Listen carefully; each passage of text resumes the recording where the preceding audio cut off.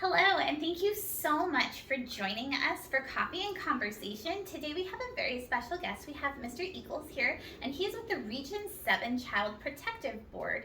Mr. Ikels, thank you so much for being here today. We are so glad to have you. Well, we found a good place to meet again because down the road they understand that they had problems, so we came up here to meet. So Well, we're we enjoyed so glad, and we hope that you come back and join us again. Why don't you tell us a little bit about the Child Protective Board and the community that it serves?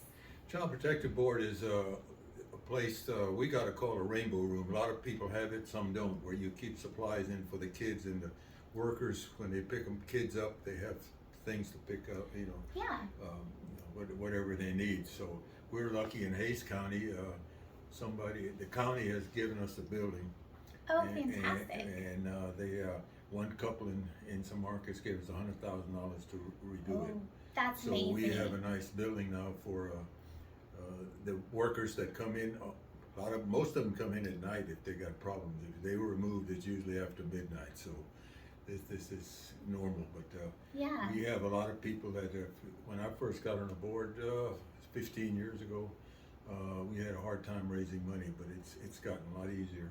That's People great. finding out what kids need. So That's fantastic. And you serve how many counties in Central Texas? 27 counties. 27 counties in Central Texas. That is a lot of children to serve. Up 35 and west. Okay. And east, all the way to College Station, down to Brenham, Okay. and west out to San Saba. Okay. That's a big area to cover. So why don't you tell us a little bit about how faith has impacted your service as president of the Child Protective Board? Well, I've been involved with kids a long time. I have a son and daughter. The son played baseball all the way through high school football, but I started umpiring baseball when I was 17, and I quit when I was 70. So I called a few games. That is so awesome. I have my little one's in T-ball, so we love baseball. I was on the school board over at New Braunfels in Comal District for 12 years. So Okay. I've been around kids a long time. Absolutely. And worked basketball for the old Southwest Conference for 12 years. So That's amazing. see a lot of kids, but the things that happened with the kids at that time is not what's happening now. It's entirely different. Wife and I've got 5 great grandchildren, and they are way different than what we were as we grew up. It's entirely different. So Absolutely. because our parents worked hard and didn't get paid much. So Yep. but Yep. that's the way it was. A lot of kids don't go to church anymore. Yes. I belong to the Methodist Church in San Marcos. Okay. And when Men's Association, we meet once a month for breakfast. Yeah. And I usher a lot. And every other first and third Sunday, I count the money. So Okay. used to not be that involved with the church, but I come from New Braunfels originally, so I was a member over there, but it wasn't a Baptist church. It was an independent church, the old Protestant church that's been there since 1845. So Yeah. but I'm not a real religious person, but I go to church and believe in God. So Absolutely. and I hope the kids changes. It really changed during the epidemic. Yes. It's really changed. But we've been lucky. Our group, the smaller towns that talk about it in our meetings, are having a lot more problem raising money than what we do. But Okay. churches, we don't go to. Some of them go to churches to get their money. We have not done that yet. Okay. But I belong to the Lions Club in San Marcos, and they got the tube rental thing. We can go down the river, and we got $6,000. Oh, that's good. Excuse me. I get that every year, so. That's fantastic. Yeah. Excuse me. That's in my throat. You're fine. You're fine.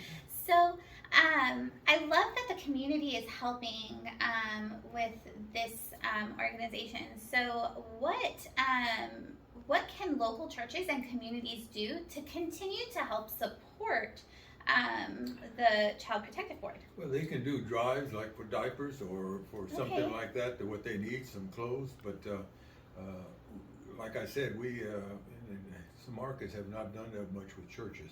Right. But we've been lucky with other people that some people over there has got a lot of money, so we hope we get some of it to help the kids, because we're anything they need, the workers need, we got for them, or we'll get for them. And even if it's overnight, they can go buy it, and we replenish. That's We fantastic. the money again. So Yeah. kids, we never see the kids. All we do when we see respect what they need that's not in the rainbow room, all we get is a first name. That's all we get. We don't know who they are. We could meet them on the street, and we don't know. Wouldn't know. But that's how it works with the system. We only know their first name. So. Is there something, an item or a couple items that you feel like you are always in need of? Like you can't have enough of it? Usually, lately, it's been bunk beds. Bunk beds, okay. Beds, because some of them that are released are 5 or 6 kids in one shot, and to get enough beds, we keep some on hand. But sometimes during a month we run out.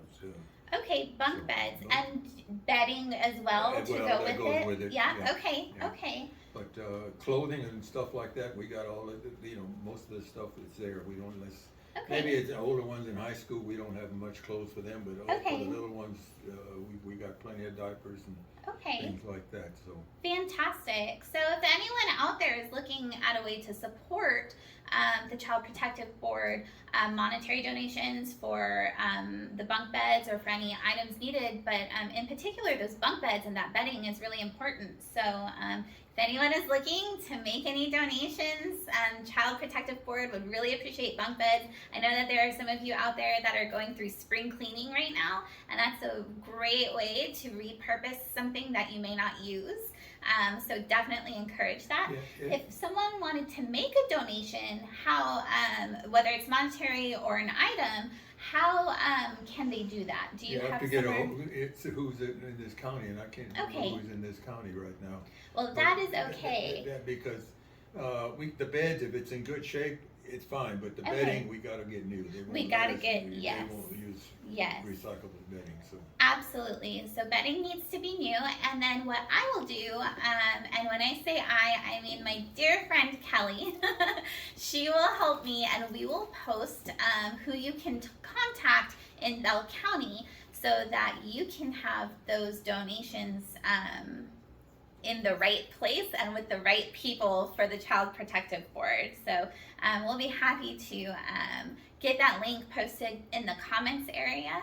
So be on the lookout for that. And then we want to thank you for being here again and for all the work that you do to help the children in the community, and for helping us to get ideas on how we can help some of the children in our community. So thank you so much. I appreciate it. Of course.